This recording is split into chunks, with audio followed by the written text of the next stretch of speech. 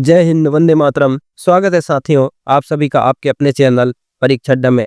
साथियों आज मैं आपके लिए एसएससी जीडी एग्जाम से संबंधित महत्वपूर्ण प्रश्न लेके आ गया हूं। तो चलिए साथियों शुरू करते हैं आज के वीडियो को। क्वेश्चन है, भारतीय संविधान सभा में कुल कितनी महिलाएं थी? तो भारतीय संविधान सभा में कुल कितनी महिलाएं थी साथियों? तो ये थी 15 महिलाएं। कितनी?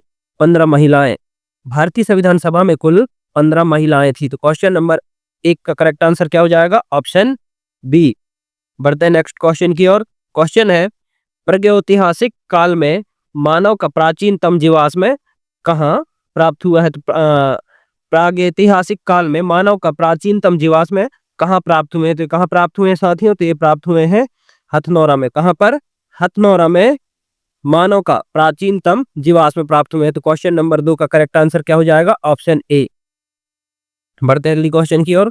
क्वेश्चन है, किस राज्य की सबसे लंबी तटरेखा है? तो किस राज्य की सबसे लंबी तटरेखा है साथियों? तो ये है गुजरात की। कहाँ की? गुजरात की सबसे लंबी तटरेखा है। क्वेश्चन नंबर 3 का सही जवाब क्या हो जाएगा? Option D. बढ़ते हैं अगली क्वेश्चन की ओर। क्वेश्चन है, 9 सेल्सियस चैनल किसको अलग करता है? तो किसको अलग करता है साथियों? तो ये करता है लक्षद्वीप और मिनिकॉय को। किसको? लक्षद्वीप और मिनिकॉय को 9 सेल्सियस चैनल अलग करता है। क्वेश्चन नंबर 4 का करेक्ट आंसर क्या हो जाएगा? Option C. बढ़ते हैं अगली क्वेश्चन की ओर। क्वेश्चन है, मैगिनोट लाइन किन दो देशों के बीच स्थित है? तो मैगिनोट लाइन किन दो देशों के बीच स्थित है साथियों? तो ये है फ्रांस और जर्मनी के बीच। कहां पर? फ्रांस और जर्मनी के बीच मैगिनोट लाइन स्थित है। तो क्वेश्चन नंबर 5 का सही जवाब क्या हो जाएगा? Option A. बढ़ते हैं अगली क्वेश्चन की ओर। क्वेश्चन है, कौन सी विटामिन जल में घुलनशील है? तो कौन सी विटामिन जल में घुल जाता है साथियों? तो ये है विटामिन बी। कौन सा? विटामिन बी जल में घुलनशील है। तो क्वेश्चन नंबर 6 का सही जवाब क्या हो जाएगा? Option A. बढ़ते हैं अगली क्वेश्चन की ओर। क्वेश्चन है, जीडी बिरला अवार्ड की शुरुआत किस वर्ष की गई थी? तो जीडी बिरला अवार्ड की शुरुआत कब की गई थी साथियों? तो आप इसका आंसर कमेंट बॉक्स में बताइए जल्दी से जल्दी। तो साथियों इसकी जीडी बिरला अवार्ड की शुरुआत 1991 में की गई थी। कब? सन 1991 में। क्वेश्चन नंबर 7 का करेक्ट आंसर हो जाएगा ऑप्शन डी। बढ़ते हैं अगली क्वेश्चन की ओर।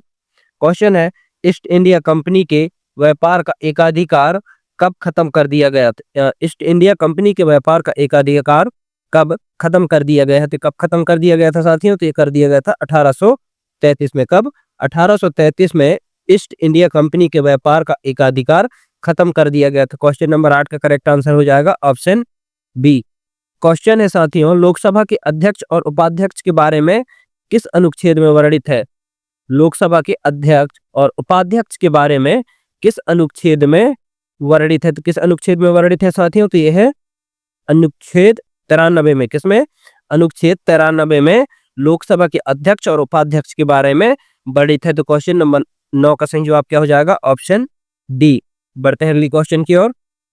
क्वेश्चन है, मानव द्वारा सर्वप्रथम प्रयुक्त अनाज कौन सा है? तो मानव द्वारा सर्वप्रथम कौन सा अनाज उगाया गया था साथियों? तो उगाया गया था जौ। कौन सा? जौ। तो क्वेश्चन नंबर 10 का करेक्ट आंसर हो जाएगा ऑप्शन ए।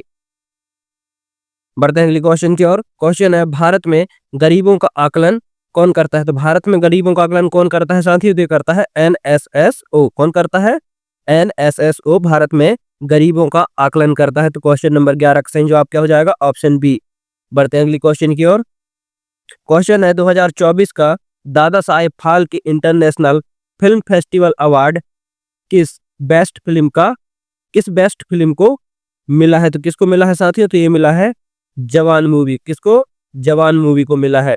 2024 का Dadasaheb Phalke international film festival award Jawan movie को मिला है। तो क्वेश्चन नंबर 12 का सही जवाब क्या हो जाएगा? Option A. बढ़ते हैं अगली क्वेश्चन की ओर।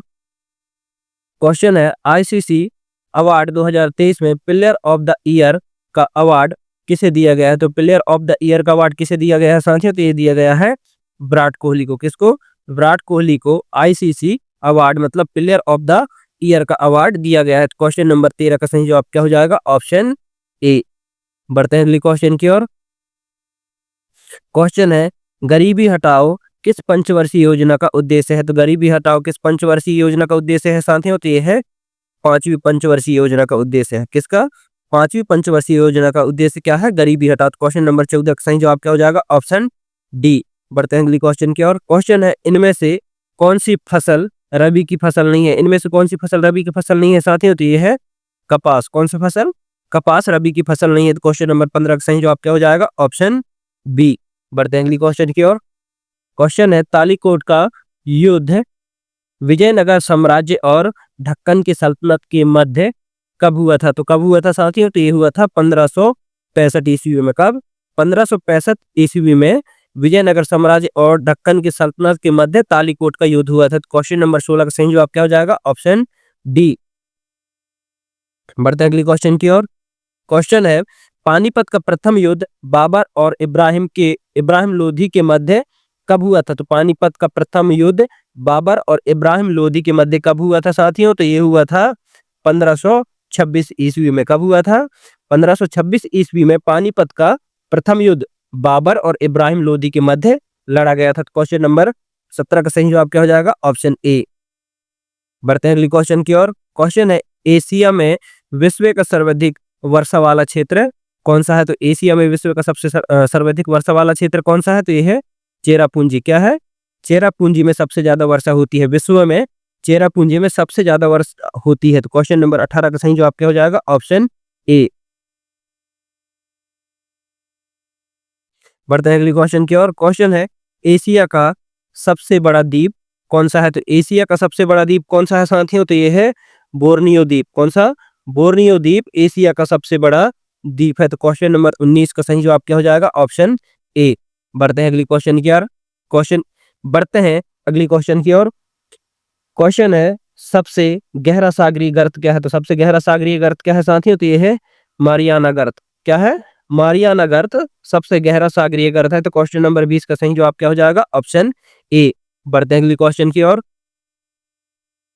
क्वेश्चन है, एशिया में स्थित विश्व की सबसे गहरी झील कौन सी है? तो एशिया में स्थित विश्व की सबसे गहरी झील कौन सा है साथियों? तो ये है वैकाल झील। कौन सा? वैकाल झील एशिया में स्थित या विश्व के सबसे गहरी झीलों में गिना जाता है। क्वेश्चन नंबर 21 का सही जवाब क्या हो जाएगा? Option C. बढ़ते हैं अगली क्वेश्चन की ओर।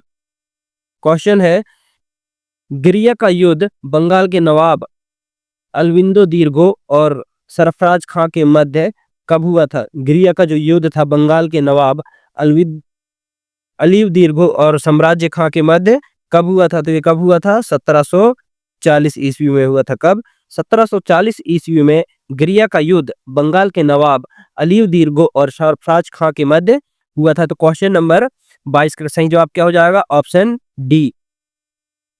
बढ़ते हैं अगली क्वेश्चन की ओर। क्वेश्चन है, मिस यूनिवर्स प्रथम भारतीय महिला कौन थी? तो मिस यूनिवर्स प्रथम भारतीय महिला कौन थी साथियों? तो ये थी सुष्मिता सेन। कौन? सुष्मिता सेन मिस यूनिवर्स प्रथम भारतीय महिला थी। तो क्वेश्चन नंबर 23 का सही जवाब क्या हो जाएगा? Option C. बढ़ते हैं अगली क्वेश्चन की ओर।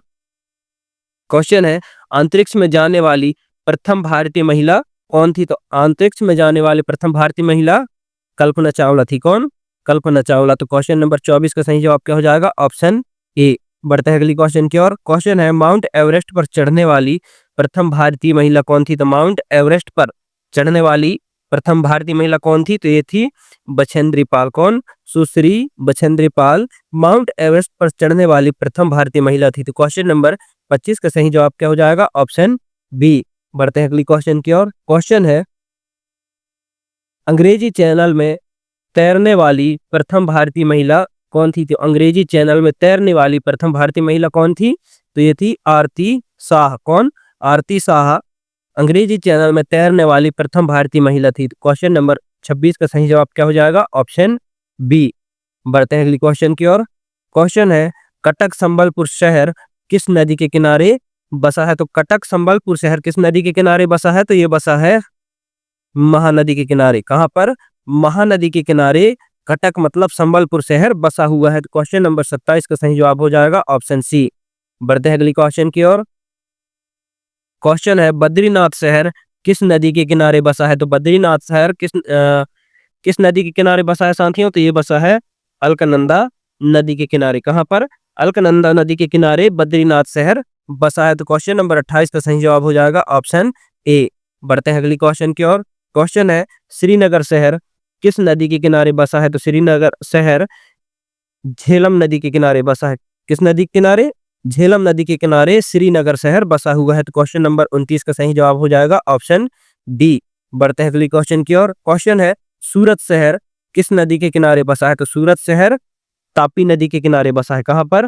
तापी नदी के किनारे सूरत शहर बसा हुआ है। तो क्वेश्चन नंबर 30 का सही जवाब क्या हो जाएगा? Option B. साथियों आज की वीडियो को यहीं समाप्त करते हैं। साथियों ऐसे ही वीडियो देखने के लिए परीक्षा अड्डा को सब्सक्राइब कर लें और वीडियो को लाइक कमेंट शेयर करें। मिलते हैं साथियों एक नई वीडियो में, तब तक के लिए जय हिंद, जय भारत, वंदे मातरम।